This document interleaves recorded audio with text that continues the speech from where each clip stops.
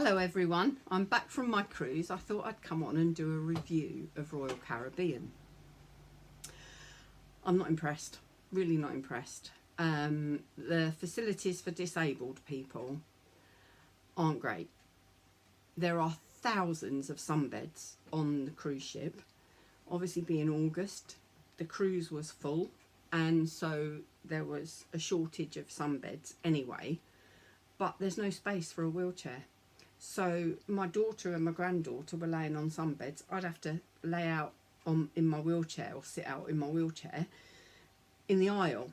So people are walking past, bumping into me. It was just a nightmare. I really think that they should have certain sections where there are gaps for wheelchairs. So that's one grumble. Another grumble, they've got a windjammer buffet restaurant where you can go. We used to go for breakfast and for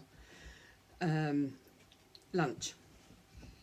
And I found that when we went in, there were 3 tables on the right hand side that were specifically for wheelchair users, and they had a sign on them.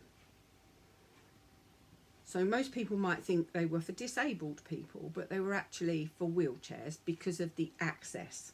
Somebody who's disabled that can walk with a walking stick a little way could easily get through. The tables are so tightly packed, wheelchairs can't. So there were 3 tables in that first section. I didn't see anywhere else. I didn't go to the other side of the restaurant. I did go further down the back to try and get tables when I came in, and those 3 were full already. So wasn't impressed with that. I'm trying to lose weight. I've lost 4 stone so far, and I found that the food was all kind of high fat, high calorie, high carb. They did have salad, which was fine, but the salad was boring.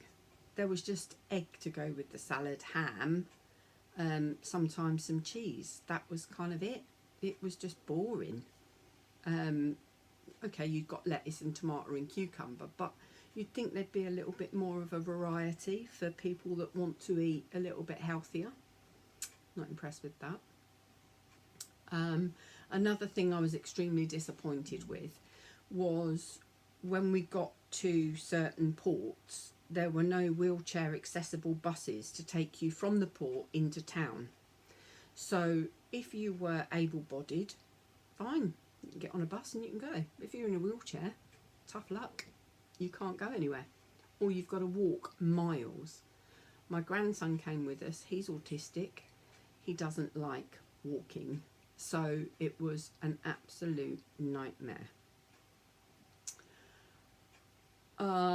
The theatre is another area that needs looking at. They have a mat on the floor with a picture of a wheelchair on it, which is obviously for a wheelchair space. And then they have about 10 seats either to the right of you or to the left of you.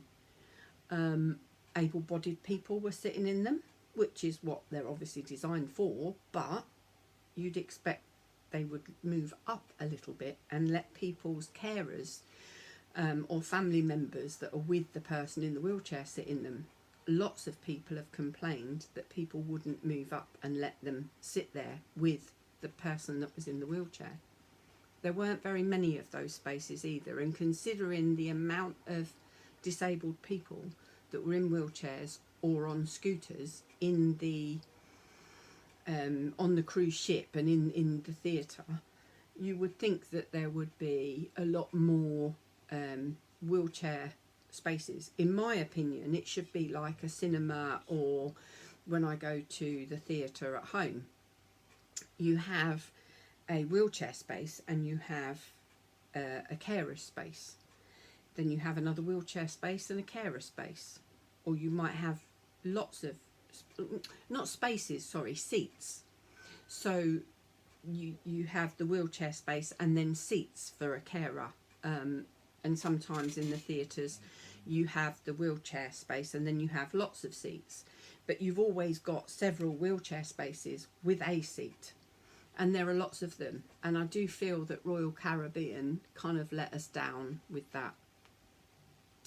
I found the bed extremely uncomfortable. They did try a little bit to kind of improve things for me. They bought a mattress topper, which didn't help, so they then padded it out. That didn't help. They then got another mattress, apparently from a different floor, and then padded that and put the mattress topper on, and then the padding on and everything. It was a little bit better, but I didn't sleep for 2 weeks, so I've been extremely tired. So all in all, wasn't very happy.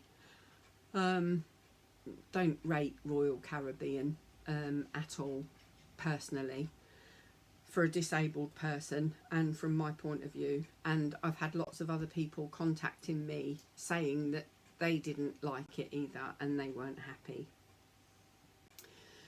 It's quite sad, really. Quite sad that in the 21st century, disabled people get treated like second-class citizens, or worse, really.